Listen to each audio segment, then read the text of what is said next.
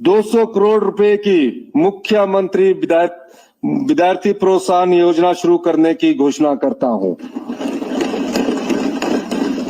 इसके माध्यम से जो भी गरीब बच्चों को इंजीनियरिंग करनी है, मेडिकल की पढ़ाई करनी है, एमबीए करनी है, पीएचडी कोर्स करना है, आईटीआई करनी है, पॉलिटेक्निक करना है, बी फार्मेसी करनी है, नर्सिंग करनी है, या आईआईटी में सिलेक्ट हो जाते हैं, आईआईएम में सिलेक्ट हो जाते हैं गरीब बच्चे, वो पैसे के चक्कर में कहीं जगह लोन लेते हैं, बड़े 4% के हिसाब से उनको शिक्षा का लोन मिलता है।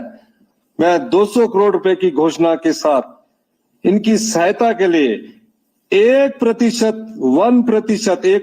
दर पर ऋण की व्यवस्था की जाएगी। हमारी सरकार का दृढ़ निश्चय है कि पैसे के अभाव में कोई भी मेधावी गरीब बच्चा शिक्षा से वंचित ना रह जाए। 1% भी इसलिए रखा गया है ताकि उसे ये लगे कि मैं पढ़ाई अच्छी भविष्य में कर सकता हूं, मैंने लोन लिया, मैं फ्री भी कर सकता था, लेकिन एक जिम्मेवारी उसको एहसास हो कि मुझे पढ़ने के लिए 1% पर हमारी सरकार ने 200 करोड़ रुपए का प्रावधान किया गया है। और इस 200 करोड़ का बजट प्रोविजन होता है, समय के अनुसार माननीय पूर्व मुख्यमंत्री जानते हैं, इसको बढ़ा भी दिया जाता है। मैं मुख्यमंत्री सुरक्षित बचपन अभियान आरंभ करने की घोषणा करता हूं।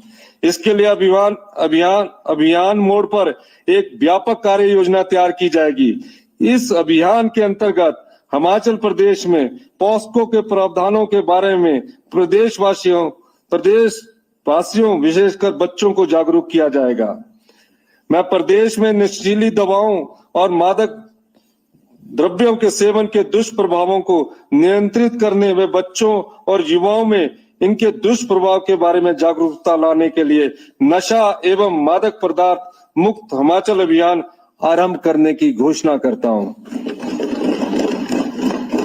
ये वो घोषणा है जिसमें आने वाले समय में जहां भी नशा बिकता है और जो नशे के जो सौदागर है, आने वाले वर्षों में इसमें कड़े कानून लाकर सख्ती से पेश आकर जो भी नशे के सौदागर है उन्हें जेल की सलाखों के पीछे भेजने के लिए हम कड़े कानून वाला बिल इसी सभा सदन में लाएंगे। सामाजिक सुरक्षा, महिला, बाल एवं अन्य पिछड़ा वर्गों के कल्याण के लिए कुल 2233 करोड़ रुपया प्रस्तावित है। अध्यक्ष महोदय, हिमाचल प्रदेश की अर्थव्यवस्था और सहयोगी क्षेत्रों की अहम भूमिका है तथा इस पर प्रदेश के 70% कामगार निर्भर है। प्रदेश में कृषि और पशुपालन कठिन व्यवसाय बनते जा रहे हैं। लोगों ने आजकल खेती करना छोड़ दिया है और इस परिदृश्य को बदलने की आवश्यकता है। ये व्यवस्था परिवर्तन है। वर्षों से विभिन्न योजनाओं के द्वारा नकदी फसलों, सब्जी उत्पादन, बेमौसमी फसलों को पहुंची छोटी योजनाओं के माध्यम से प्रोत्साहन दिया जाता रहा है, परंतु अभी तक किसानों को पूरा लाभ नहीं मिल पाया है। प्रदेश में कृषि क्षेत्र में के समग्र विकास के लिए मैं क्षेत्र आधारित एकीकृत एवं समग्र कृषि विकास योजना हिमउन्नति को शुरू करने की घोषणा करता हूं। यह योजना क्लस्टर अप्रोच के आधार पर चलाई जाएगी, जिसमें प्रथम चरण में पूरे प्रदेश में क्लस्टर चिन्हित किए जाएंगे। इस नई योजना के अंतर्गत प्रत्येक क्लस्टर में स्थानीय जलवायु, भौगोलिक परिस्थितियों जैसे मुद्दों के प्रकार इत्यादि के आधार पर कम से कम 40 बीघा भूमि शामिल की जाएगी। लाभार्थी परिवारों की आमदनी बढ़ाने के लिए सर्वेक्षण आधारित कार्य योजना तैयार की जाएगी। कृषि और पशुपालन विभाग की सभी वर्तमान योजनाओं को एकीकृत किया जाएगा तथा इस कार्य योजना से जोड़ा जाएगा। प्रदेश में क्षेत्र विशेष की क्षमता के अनुरूप दूध उत्पादन, दालों, मोटे अनाजों, सब्जियां, फलों, फूलों, नकदी फसलों के क्लस्टर और प्राकृतिक कृषि के अलग क्लस्टर बनाए जाएंगे। जायका चरण 2 के सभी सब प्रोजेक्ट भी हिमउन्नति से जोड़े जाएंगे। प्रथम चरण में वर्ष 2023-24 में हिमउन्नति के लिए 150 करोड़ रुपया उपलब्ध करवाए जाएंगे। अध्यक्ष महोदय, मुख्यमंत्री खेत संरक्षण योजना के अंतर्गत जंगली जानवरों से फसलों की रक्षा के लिए किसानों को जालीदार बाड़ लगाने के लिए भी उपदान दिया जाएगा। जितने भी किसान है सोलर फेंसिंग थी, पर लेकिन जो जालीदार से है, जो नील गाय है निचले क्षेत्रों में, इसमें बड़ा नुकसान होता था, तो हमने उस योजना में ये जालीदार बाड़ लगाने की योजना को भी शामिल किया है। अध्यक्ष महोदय, सब मिशन ऑन एग्रीकल्चर मैकेनाइजेशन के अंतर्गत किसानों को ट्रैक्टर पर 50% उपदान दिया जाएगा। अध्यक्ष महोदय, मैं कृषि, पशुपालन, बागवानी तथा मत्स्य क्षेत्र में स्टार्टअप्स को प्रोत्साहन करने के उद्देश्य से किसानों, FPOs, farmer producer organisation, farmer interest groups, FIGs को वित्तीय संस्थानों, बैंकों के माध्यम से, जो भी ये हमारे स्टार्टअप्स को प्रोत्साहित करने से किसानों के जो एफपीओज बनेंगे, 2% की दर से ऋण उपलब्ध करवाने की घोषणा करता हूं।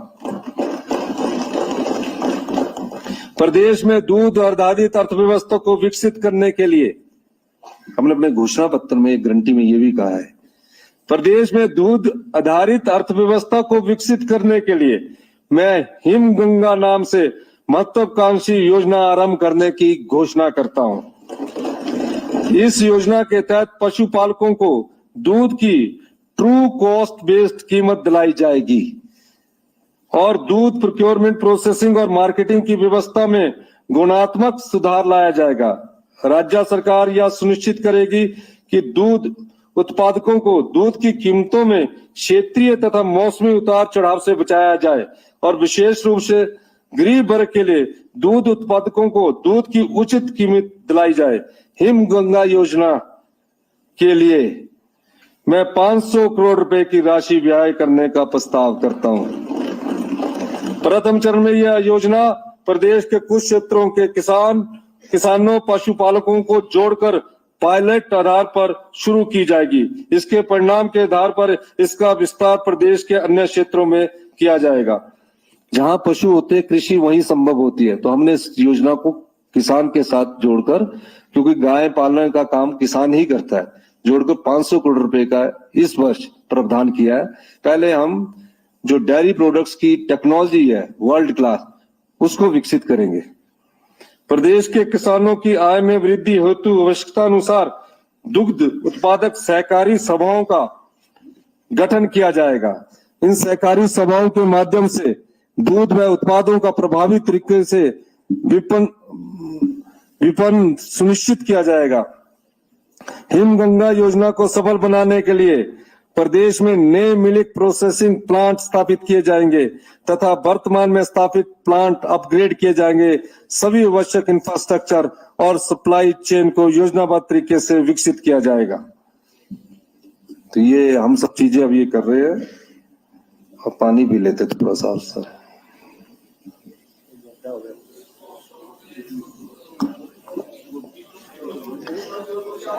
ये 500 करोड़ रुपए उसी के लिए है, जो आपकी सोच है ना, उसी के लिए।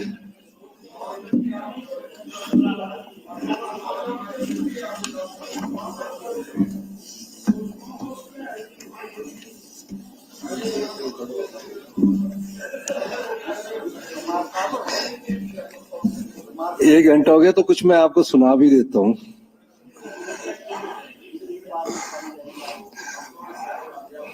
नहीं, ऐसा लगता है कि थोड़ा सा आपको ना बड़ा खुशी अंदर से बहुत हो रही है कि बहुत अच्छा लग रहा है। नहीं कुछ मिला आसानी से, मगर मेहनत करने पर भी वक्त तो लगता है। यूं तो खूब घिरे होते हैं बादल आकाश में, पर बारिश के गिरने में भी तो वक्त लगता है। देखने में तो सब दिल को भा जाते हैं, पर दिल में उतरने में उन्हें भी वक्त तो लगता है। वक्त तो गुजर जाता है यूं ही वैसे तो, वक्त तो गुजर जाता है यूं ही वैसे तो, पर कभी वक्त गुजारने में भी वक्त तो लगता है। वक्त तो बहुत है हम सबके पास, मगर हर पल को समझने में वक्त तो लगता है। तो ये हर पल समझना आपको पड़ेगा। यूं तो बहुत है जीने की राह मगर, यूं तो बहुत है जीने की राह मगर मंजिल तक पहुंचने में वक्त तो लगता है। ये विक्रम जी आपके लिए।